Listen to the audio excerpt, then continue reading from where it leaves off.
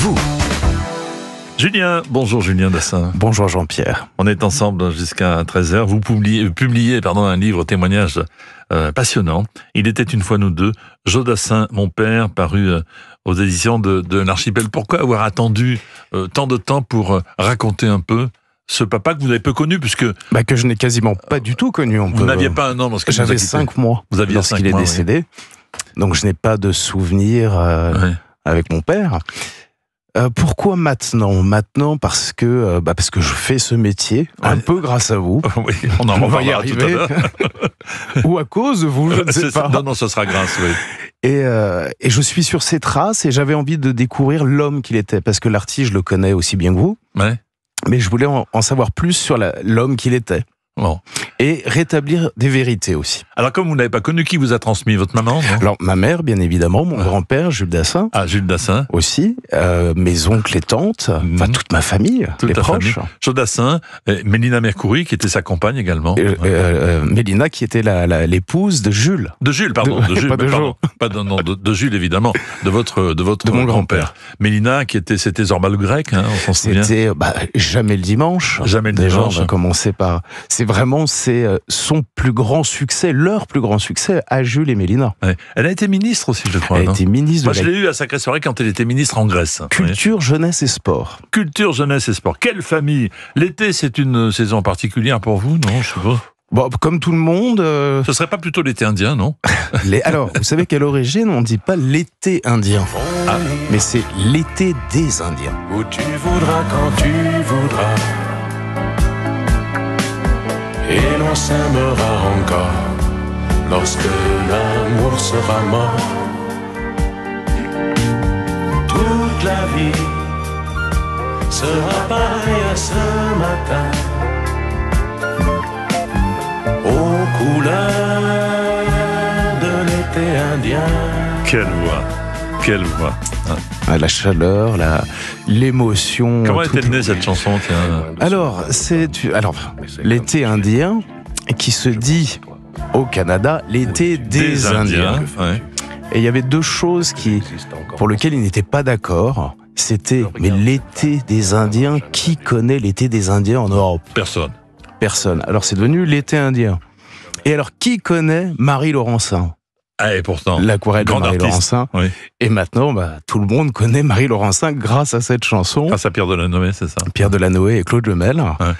Et il l'a enregistré peut-être des dizaines de fois. Ils ont gardé la première version.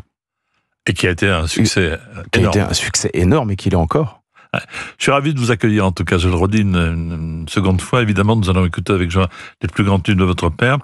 Quelle est votre chanson favorite de la discographie de Joe ? C'est une question idiote que l'on pose sans arrêt, pardon ? Non, je les aime toutes. Ça va vraiment dépendre un peu de l'humeur. Là, j'ai fait une séance photo sur les Champs-Élysées, rien à voir. Hein. Ouais. Et il y a des gens qui traversent les champs et qui chantent les Champs-Élysées. C'est devenu un hymne. Ouais. Donc en fait, on a tous une petite histoire avec une chanson. Champs-Élysées. Décidément, si chaque fois que... Vous avez raison. Champs-Élysées. Au soleil, sous la pluie, à midi ou à minuit, il y a tout ce que vous voulez aux Champs-Élysées. C'est vrai. Mais il y en a une qui me touche particulièrement en ce moment. C'est un peu comme avec le livre. Ouais. C'est Le Costume Blanc, qui est moins connu, mais qui raconte l'histoire d'un chanteur. C'est-à-dire, vous le mettez sur scène, il fait son spectacle, son show, mais dès qu'il sort de scène, il redevient Monsieur Tout-le-Monde. C'est ça. Mais le costume, il était impressionnant. Moi, je l'ai présenté sur scène, votre père. Alors ça, le costume blanc, ça vient d'un numéro 1, Salvador, Henri Salvador. Et Jacqueline, son épouse de l'époque, avait demandé à ce que tous les intervenants, les invités, soient habillés en blanc. Et elle lui a dit, tu ne changeras jamais, tu resteras en blanc. Et il n'a jamais changé. Et quand il arrivait avec son pantalon et sa chemise blanche, c'était très très impressionnant. Ça fait très chic. C'est quand même très très chic. Racontez-nous comment ce projet visuel et sonore est né. Qu'est-ce que vous avez ressenti sur scène à ce moment-là ? Le duo ? Oui. Alors qu'on m'a appelé... Parce qu'il faut... Pardon. Oui. Excusez-moi, j'ai oublié l'essentiel. Nous nous sommes connus il y a quelques années. Et avec Gérard Pulicino et Gérard Louvain, on a fait une émission qui s'appelait Les duos de l'impossible, et vous avez chanté en duo avec une vidéo de votre père. Tout à fait.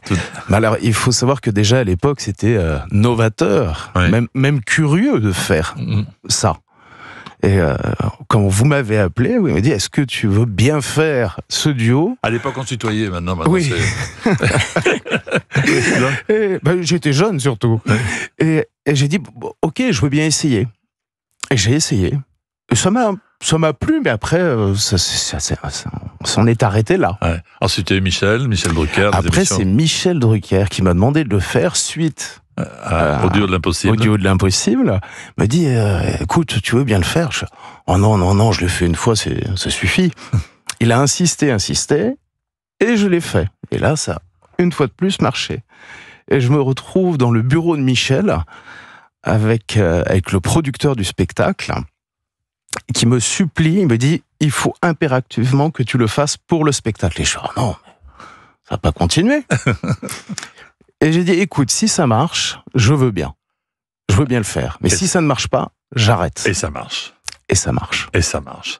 Et donc, vous parcourez le monde maintenant avec les chansons de Jodassin. Exact. Avec ces duos virtuels. J'ai commencé par un tour de chant français où je prenais du Montand, du Piaf et bien évidemment Jodassin, mais je mettais qu'un seul titre, 2 titres de Jodassin. Et le public me dit, mais pourquoi un seul? Pourquoi? Bon, c'est comme ça. Il fait, mais non, il faut en mettre plus. Et maintenant, c'est devenu un tour de chant complet sur Jodassin et je parcours le monde entier. Tenez. Écoutez ça va vous rappeler quelque chose. On ira où tu voudras, quand tu voudras. Ça, c'est vous. Oui. Et l'on s'aimera encore lorsque l'amour sera mort. Toute la vie sera pareille à ce matin. Aux couleurs de l'été indien. Et voilà. J'ai eu la chance et l'honneur de pouvoir faire une tournée aux États-Unis. Mon père, qui était américain, n'a jamais eu de succès aux États-Unis. Il n'y a jamais été en tant qu'artiste. Et grâce à vous, il l'est. Et là, je perpétue peut-être un peu son œuvre aux États-Unis. Et ça, on l'a enregistré à New York. On va reparler de tout cela dans quelques instants, puisqu'il est connu dans le monde entier. Et vous, d'ailleurs, vous parcourez le monde entier. Nous allons continuer notre discussion donc avec Julien Dassin. Vous êtes sur Europe